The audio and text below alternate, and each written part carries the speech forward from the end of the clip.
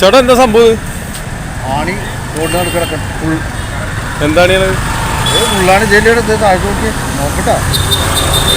എങ്ങനെ സംഭവിച്ചത്? ആണി എങ്ങനെ റോഡിൽ വന്ന് പുള്ളിയാണ് പറഞ്ഞത് ആണി കിടക്കുന്ന റോഡിൽ ഫുൾ ആണിയായിരുന്നു ഇവിടെ കിടന്ന് വെച്ച്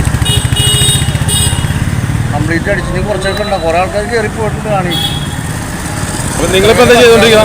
നിങ്ങളിപ്പോ കംപ്ലീറ്റ് ക്ലീൻ ചെയ്യണം. ആണി അടിച്ച് പുള്ളിയാണ് എന്നെ കാണിച്ചത്.